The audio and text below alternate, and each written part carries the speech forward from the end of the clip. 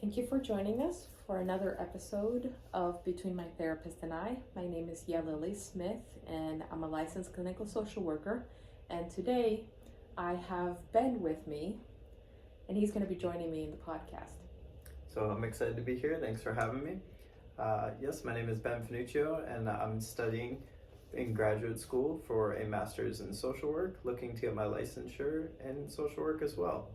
So make sure to like, subscribe, and share this video, and comment down below, and sit back and enjoy. So today we're actually going to be doing the second installment of our parenting podcast.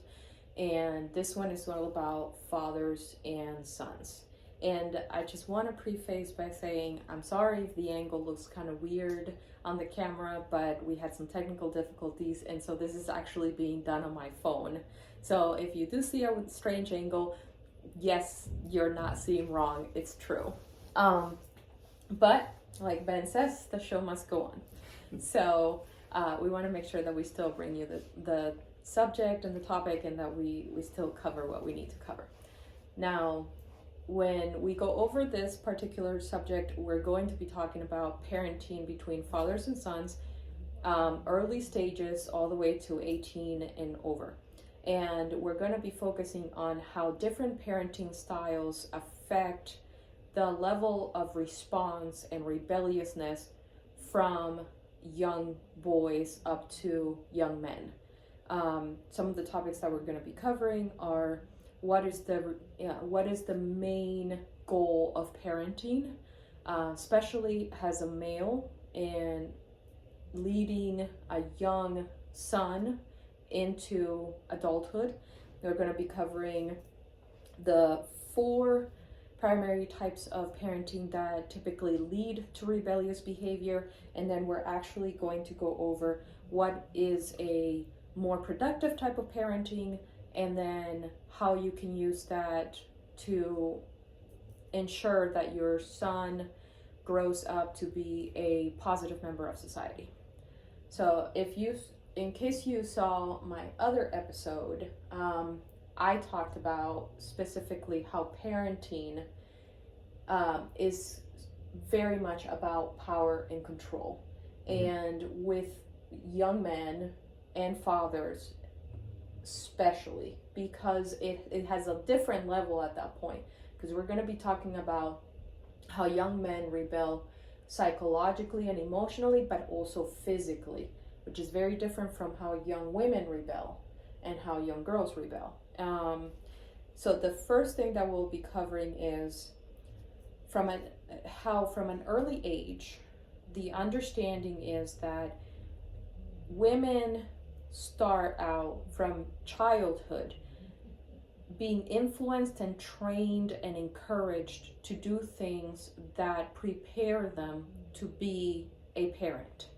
Everything from learning to play with dolls all the way to they start babysitting their siblings, they babysit their when they get older, they babysit people in their community and their churches, things like that. So from a very early age, mothers are born from young women who are taught to be mothers. The opposite happens with boys. I don't know, Ben, if growing up you were encouraged to practice being a dad very often.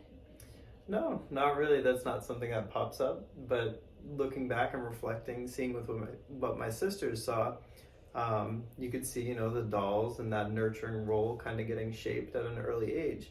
But from a male's point of view, that really wasn't there. So you don't typically see the young men having G.I. Joe, coming home from battling and out in war or in the battlefield, and then coming home and actually coming to greet and take care of the children and take care of the household. Typically, young boys are encouraged to play and learn how to be part of roles that have to do with masculinity and protection, like being protectors, being superheroes. So those are the things that are typically encouraged. So the parenting role is almost always given to the mother. Mm-hmm. So she's going to set the pace. And what you see is one of two things typically happen. And we were talking about that earlier. One of two things will typically happen. Either you, as a dad or potential father figure, you might find yourself either directly in tandem with your partner, teaching and parenting together because you feel like the mother and your partner is actually doing a pretty good job or doing well enough that you respect her and you like how she's parenting, and so you guys have a good relationship as a husband and wife or has partners, and so you are working together in tandem and parenting in tandem. Or you see the complete opposite, where the father becomes almost the balancing force in the parenting household. So the father, you have a passive mother, the father will become either authoritative or will become more aggressive of a parent. You have an aggressive type of mother, so someone who's prone to physical or psychological forms of parenting, or like how would you call that, if you want to punish. So you have the physical side of punishment, you have more aggressive parents who would like go straight for that, spanking, whipping, whatever. And then the dad who kind of becomes the nurturing parent. Or you have the very passive father because of the very, very strict mother.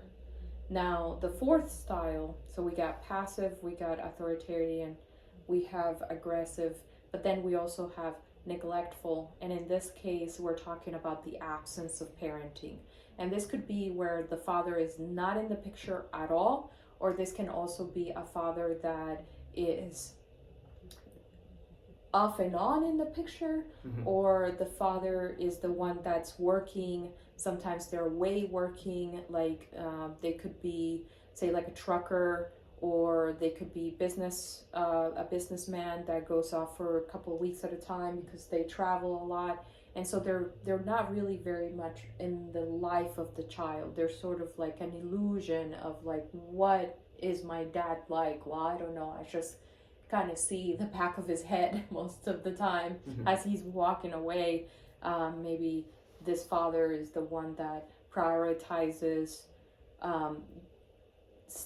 bringing home money and making sure that the house is taken care of before parenting. And again, the mother has shown the capacity to do that, and so the mother takes over, and so the father takes a huge step back and says, well, then I have the capacity to bring home the money and take care of the household, so I do that. And so that's a neglectful father who relies on the mother primarily. So we have the ones that are not there at all, and then we have the ones that are there, but they're very rarely present emotionally.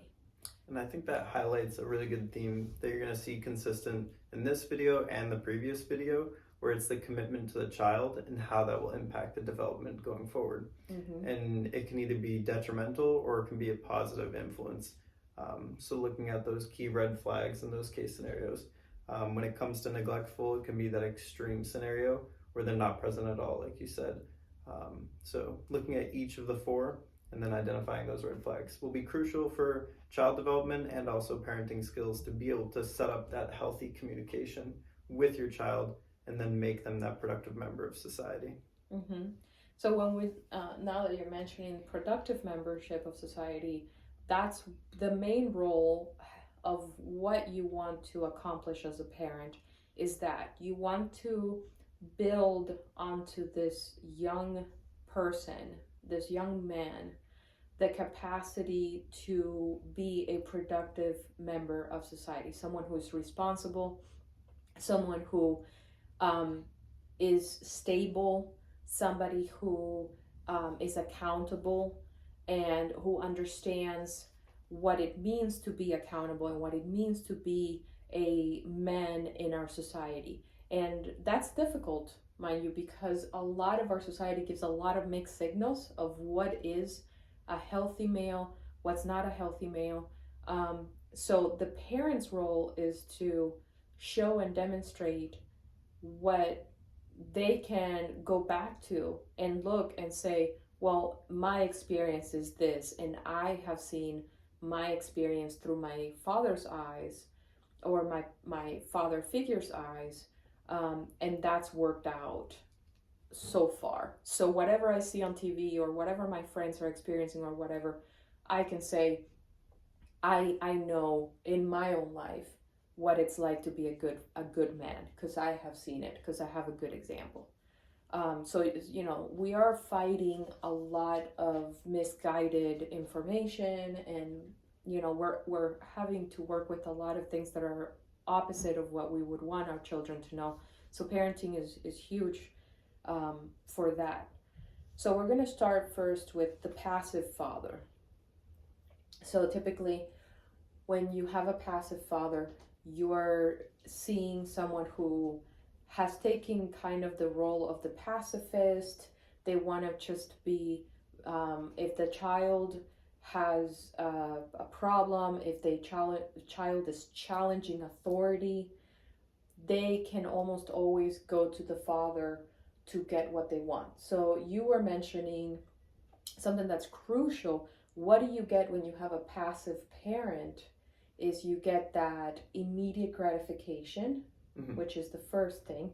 And the second thing is, through the immediate gratification, you're looking at this parent, this father, is showing you how to go through the path of least resistance.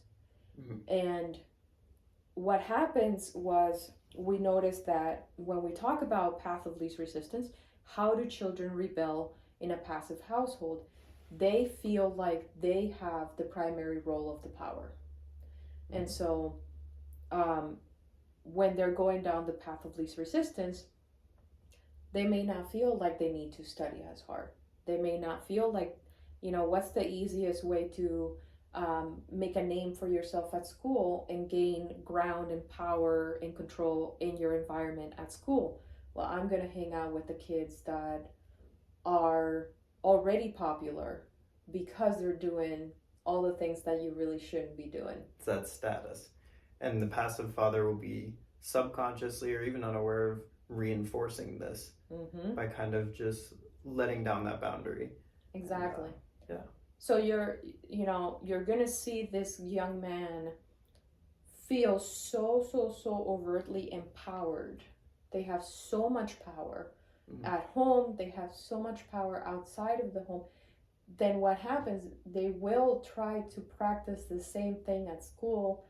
Then they're going to find males outside of school that are going to teach them a lesson. Oftentimes you will see that they're going to square up against the teacher. You're going to see that they're going to try to square up against the principal, against other boys. So that's where you get the rebelliousness of fighting, antisocial behavior, going against authority, because they feel so empowered by the presence of the person who's supposed to be a masculine presence in the home. And it's supposed to be the one that's setting the ground rules. There are no ground rules. The child feels like they're the ones who set the rules and who set the stage. And so they are going to start kind of taking that same mentality and saying, well, if I can do that with my dad, I can do that with my teacher. I can do that with the police officer in the school. I can do this with my friends. I can do this with my girlfriend. So that's what you see with a passive father, is the child has too much power, and so they will rebel by becoming tyrants and abusing that power that they've been given, because they don't understand the importance of knowing how to control your power. As the child progresses and becomes older, and now they go into puberty, you're going to see the physical aggressiveness even more, showing even more.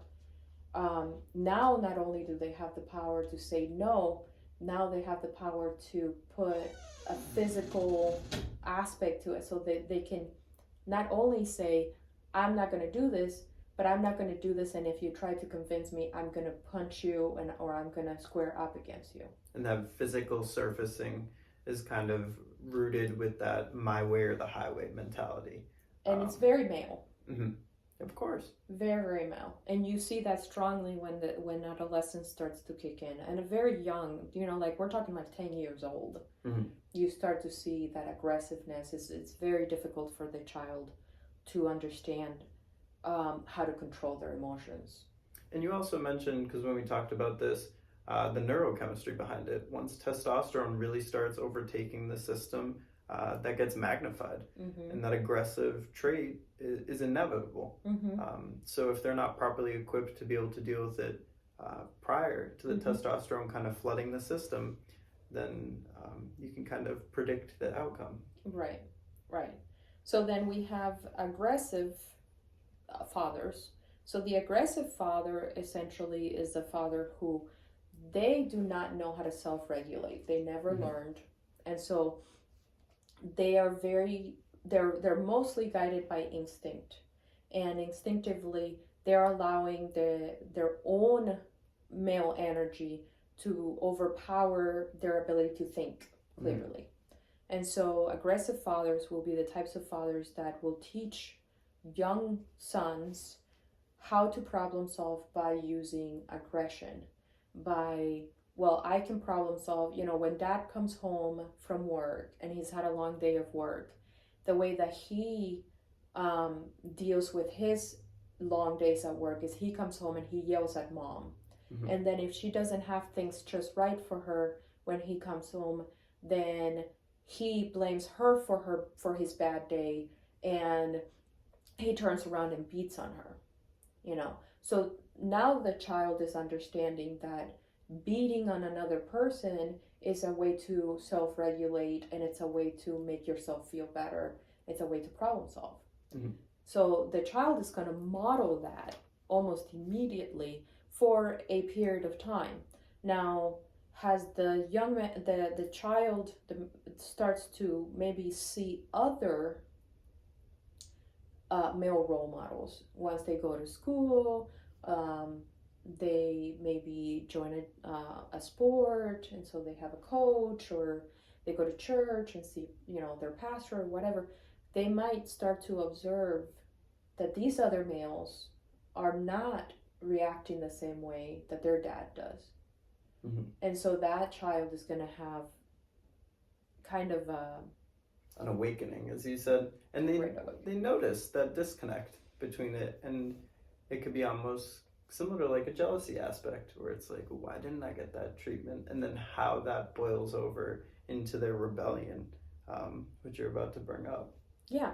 So the rebellion, when you're talking about an aggressive father, is almost always initially started with a physical rebellion. Mm-hmm. So you'll see the son at a very early age, again, usually around 10, squaring up against the father.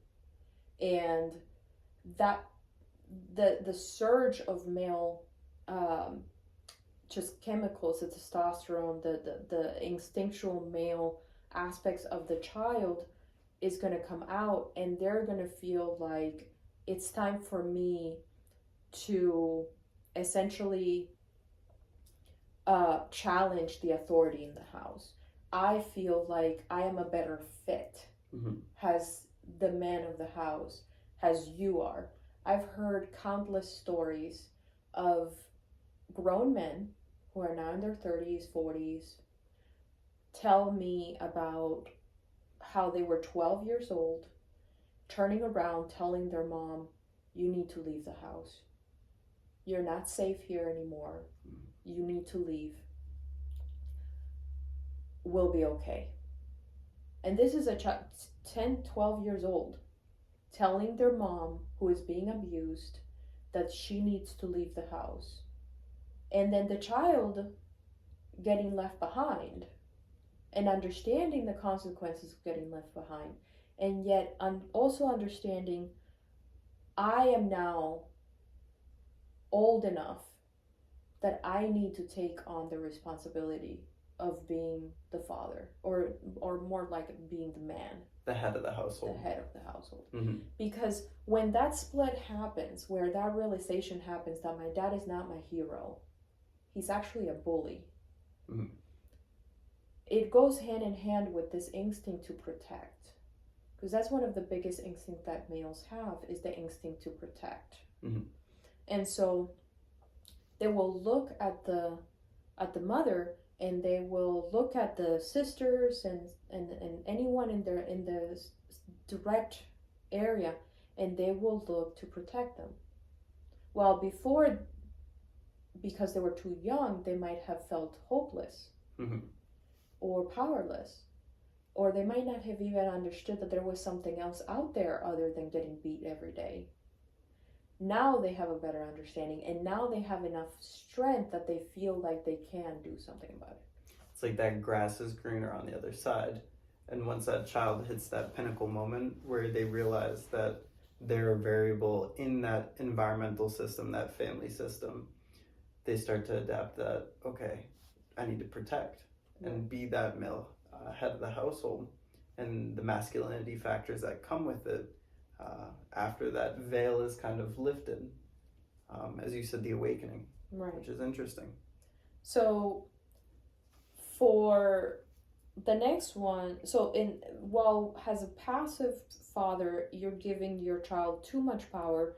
As an aggressive father, you're giving them the sense of complete hopelessness and helplessness. So they feel like they have no power, and so they have to force the takeover of the power. So that's the difference. And also, before we move to the next one, the aspect of respect is huge, and how that kind of shows up in both of them. Mm-hmm. With a passive father, it's no respect at all once they figure out that pattern of, I can get away with whatever I want. Yeah, you are not fit to be my parent. Yep. So I'll say what goes. Mm-hmm. And then with the aggressive father, early on, it brings that respect. And it could be out of the fear or just seeing that power and being shocked until that veil of awakening gets lifted. Right, because you don't know any better at that point. Mm-hmm. All you know is that when daddy talks, everybody does whatever daddy says. Mm-hmm. And so that you equate that to power. Mm-hmm. And so that elicits a level of respect. But then afterwards, you know better. And that's where it starts to become the rebellious phase, and it goes to that downward spiral. And actually, let's add one more thing. Another thing that happens often with aggressive fathers is that their children, because we only discuss one possible consequence.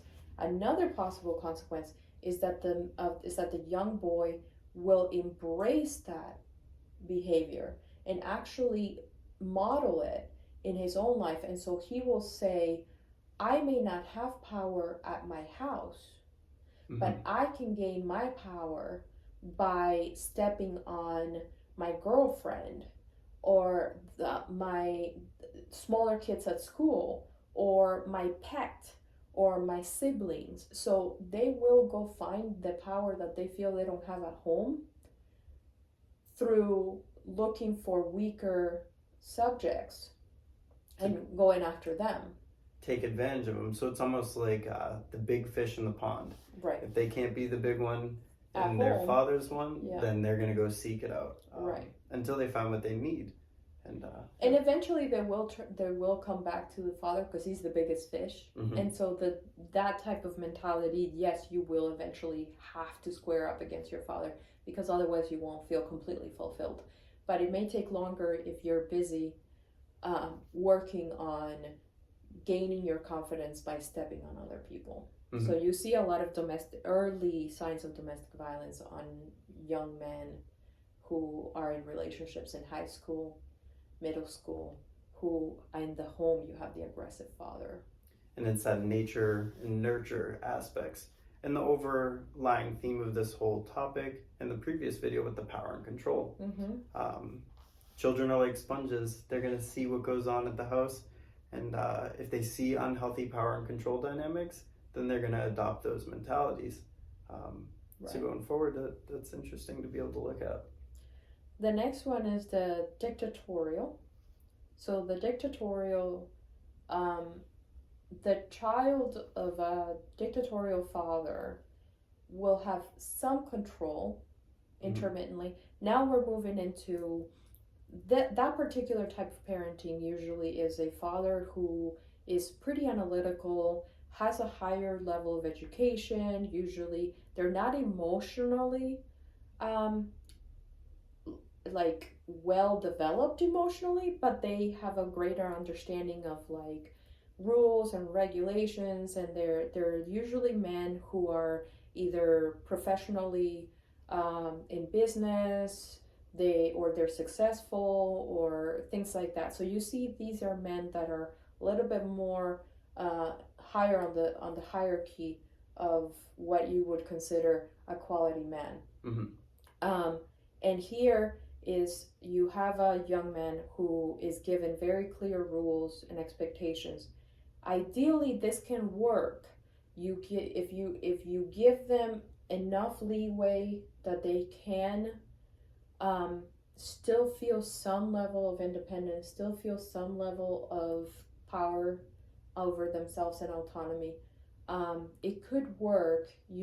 Especially because you're setting some structure, and structure is really important for children. Um, but like we were saying before, when we were talking about this, you do see higher levels of manipulation. Mm-hmm. So the way that the young men will rebel is if you're too strict, they will become very manipulative because they want to gain their control, but they don't feel like they can do it up front overtly. They can't do it in your face, so they'll do it through manipulating you, lying, hiding things like that, making changes that you're not aware of, that sort of thing. One thing that you also used when we talked about this, explaining it to me to help visualize it, is matching that child's development. Mm-hmm. And it got me thinking, in the gears turning, that if you have that dictatorial parenting style and you don't abide by the structure of it, Mm-hmm. then you can see yourself falling into the slippery slope of a passive father or parent where they could take advantage of it. Or Mm-hmm. would you disagree with that? I would say more of an aggressive. Okay. I would say it would gear more, let's say that, so like to go with what you were saying. Mm-hmm. So we have, for example, a 4-year-old Mm-hmm. will listen to, you have a dictatorial father. That father sets the rules in the house. Most of the time, you have a more passive mother at this point. So the mother is following along. The other kids are following along. You're 4 years old, so you're going to follow right along. Mm-hmm. Those rules are pretty consistent at 4 years old. They're so consistent that they're the same at 7, at 10, at 12, at 16. Now, the rules are the same, Mm-hmm. but you're different. Your level of independence is different. Your need for that father is different. You don't need that father as much as you did before. You might get to a point where they're not paying your bills anymore. Like you're already paying your cell phone bill. You're already out of, you're in school, but you're working. Mm-hmm. You have your own car. You pay your own insurance because you're working, because they've set these strict boundaries around you. And so you've had to be a high achieving person. Well, you become high achieving, that means you don't need them as much. Mm-hmm. And that's when dictatorial fathers are more likely to, I will not give up. I'm going to tighten the reins so hard and so close to where it breaks you. Mm-hmm. That if I have to beat you, I will beat you. I don't want to beat you, but if I have to take the belt, I will, because you're not listening. Mm-hmm. But the dictatorial father doesn't understand, like, well, at 4 you had certain rules, but at 7 those rules should have changed. At 10 those rules should have really changed. By 12 they should have changed even more. By 16 they should be completely different. So adapting with the child's growth in that Yes. development. Okay, perfect. Thank you for providing clarity with it. Sure. And then the last one is neglectful. And so we were talking about, you have one or the other. You have either the father that's extremely high performing, Mm-hmm. but emotionally detached, And so that child really doesn't know what their identity is as a man. We're talking about a young boy looking at dad. All that dad represents is, well, security, a roof over their head, and food. And most of the time, those fathers will remind that child often of that. Mm-hmm. This is my house. I put the food on the table. I take care of you. So you do as I tell you to do. Well, honey, it's like, Dad, I haven't seen you in 3 weeks. Mm-hmm. I can't remember the last time you put me to bed. I can't remember the last time I had a conversation with you. But now you walked in the door and you're telling me that you expect me to do X, Y, and Z, and that I'm supposed to do it the way you tell me to do it because you put the food on the table for me. The clothes on your back. The clothes on your back. Very, very, very difficult for that child to get respect for that father, because you're asking the child to find respect for you based only on the abstract things that you are providing, things that child doesn't have a concept of because they don't understand money. Mm-hmm. So they don't understand the sacrifice, and so how can they respect you if they have no idea what you're sacrificing?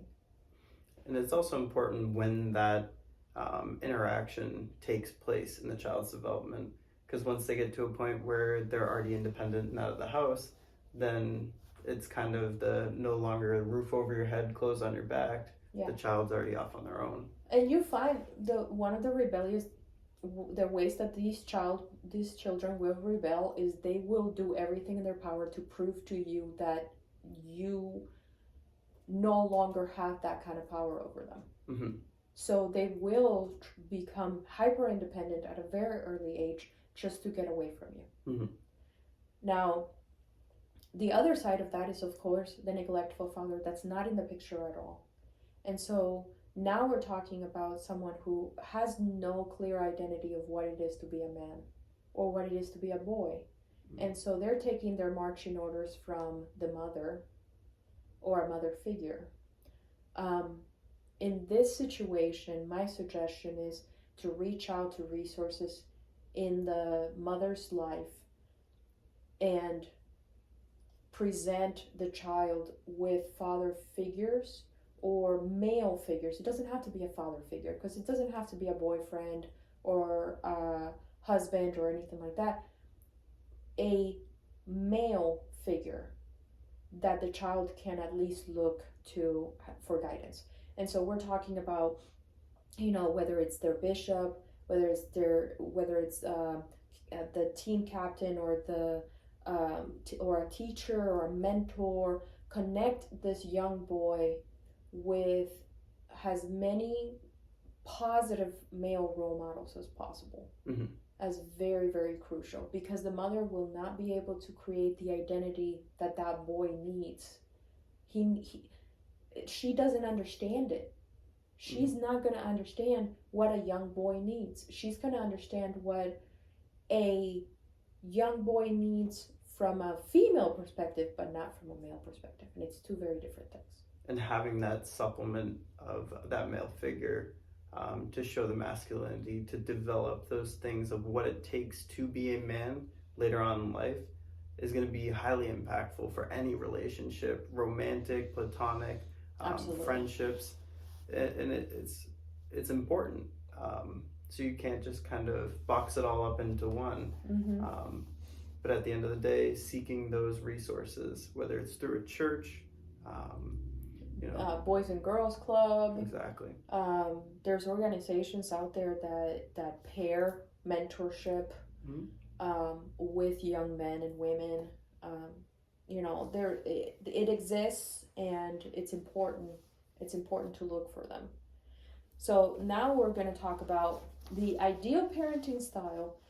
I would say is a democratic parenting style. Yes. And what we're talking about primarily is you have an awareness of the fact that you're raising a person and that person is going to go through stages in life, and you have an understanding that you may or may not be equipped to match every stage. And so you're looking for resources from other men in your life who are positive role models of fathers with young sons in different ages. So you're going to be talking to, whether it's your religious organization, if you have a fathers there that you see that you have a good relationship with, or if you are part of a group or a team in a sporting league or something like that.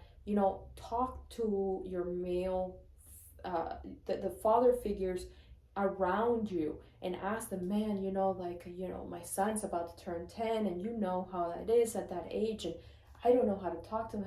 How did you talk to your son when he started turning 10? Because he's really acting up. Mm-hmm. So you want to, in a democratic household, as a father, you're aware that your son is going to go through stages, that those stages require support and require acknowledgement. You're aware of the importance of teaching autonomy, so teaching them how to be their own person, giving them choices, teaching them to be independent through play, through active problem solving activities. So like you let them go in the jungle gym and you let them play. You don't hover. Let them play. Let them take risks. Let them explore within what would be a safe environment, but at the same time, so one that's open and for them kind of risky. The jungle gym seems like a huge obstacle for a 4-year-old. Mm-hmm. So when they successfully navigate it, you're going to be looking at a kid that's going to be like, I did this, like I'm king of the park. Empowerment. Exactly. So you're empowering them. And one thing that you mentioned too, because this was relatively new, that democratic parenting style to me, and learning about it, was the broken car scenario. Right. And the difference between passive, what that would look like, and then how the democratic parent would kind of work with it. So we'll use that to make up an example of all 5. Mm-hmm. And we'll do it really quick. So you have a young boy, 4 years old, 5 years old, comes to the father with a broken car. What happened? A little toy car, the wheel came off. Dad, my car's broken. My little car's broken. Can you help me? Okay. Passive father. Oh, well, it's all right, honey. It's all right. Just put it aside and we'll go ahead and throw it away. We'll get you a new one next time that we're at the store. That's a passive father. Then you have an aggressive father. How many times have I told you not to play with that toy like that? Now it's broken. Now I'm gonna have to go to the store, get you a new one. You know how much money that cost me? You don't care about things like that, do you? Because you get everything easy, and everything in your life you just get to break stuff. And then it leads to a whooping or a beating. Exactly. So that's the aggressive one. Then you have the absent father, and that father doesn't get to even look at the car. The child doesn't even get to ask. Mm-hmm. Sometimes, and this is very sad, the child will hold on to the broken car, thinking, well, my dad's going to be here over the weekend. I can show him. Mm-hmm. And the dad may or may not care to help fix the car. Oh, well, it's all right, son. Just throw it away. Well, Dad, I've been waiting all week for you to, I really like this car. Well, son, it's broken. I don't have time to deal with that right now. It's fine. I'll just get you another one. Don't worry about it. And it's important that in these scenarios, it's not just a broken car, but it's an opportunity for that communication. Every single one of these is an opportunity for communication. Mm-hmm. That's being pretty much dismissed. The last one, the dictatorial. All right, well, I will show you how to fix it. Watch me do it. Mm-hmm. I will do it for you, but you watch me do it. And so again, the father needs to feel in control, but will give a sliver of it to the son. Mm-hmm. Now on the democratic side, it would be, all right, well, son, I do see that the wheel came off. Okay, what do you want to do? You want to throw it away, or do you want me to help you try and figure out how to fix it? Well, I really like this car, Dad. Can I, can you help me figure out how to fix it? All right, well, son, what do you think is wrong with it? Well, the wheel's off, Dad. Well, what do you think happened? Well, it looks like it's supposed to go in here, but I can't seem to get it in. I've tried putting it in, and it just doesn't work. It just falls right back off. Okay, well, you're doing it right. Do you think maybe if you put it down on its side and you put a little bit more force on it, why don't you try that? Because I don't know, maybe that'll work. What do you think? Well, okay, let me try. Like, you know, that didn't work, Dad. Okay, well, how about you put it this way? Oh, okay, all right. Well, oh, Dad, it worked, look. And he's like playing and he's gonna show his victory. Mm-hmm. And that gives that father the opportunity, like, good job, son, like that. I knew you could do it, and you love that car. Now you know for next time. And the problem solving skills that were developed in that, it wasn't like that authoritative where let me do it, I'll show you how to do it, and that's how it is. Yeah. So having those problem solving skills, but also making that decision, do we want to throw it away or do we want to try and fix it? Yep. And then realizing the consequences of each choice that's made. So you have autonomy, you have problem solving, you have confidence building, Mm-hmm. all in one. Yeah, all through just a toy car that can be replicated in any life scenario, and it'll be held on to. Exactly. So to wrap it up, the building blocks of father-son parenting is building autonomy in the child, helping the child understand his power in the home and his ability to say no or not right now, and his ability to choose. So you present the child with choices and you let them choose, and the choices are within the parameter that you feel comfortable with, but they don't have to know that. They just know that they're being given choices. You use opportunities in your daily life to teach him about being a good man and a good father and a good husband. You give him opportunities to actually play as a father, role play as a father. So there's nothing wrong with a father encouraging his son to be the one that babysits the kids once in a while, or the one that does the dishes, teaching the young man to cook for himself, or to do his own laundry, or to fix his car.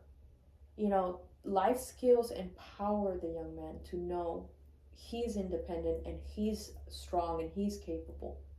And it will also replicate, then they will become the teacher once they reach that level, to where it's not just, I need to depend on someone else, but I can teach someone else these skills, and that someone else will be their child if they choose to have children, or someone seeking that need for leadership that they didn't get to develop. That's right. So there's a very good possibility that if you're watching this and you are a man or you can be a young man, you can be an older man, you can be a father, you may not be a father yet, but there's a very good chance that if you're watching this, you may have fallen into one of the first four categories. Your parents, your father, the father figure in your home may have fallen into one of the four categories. It's not as common as we would like for a democratic household to happen. But just understand that just because they did that doesn't mean that you can't change patterns and you can't make a difference with your children. And that comes from educating yourself.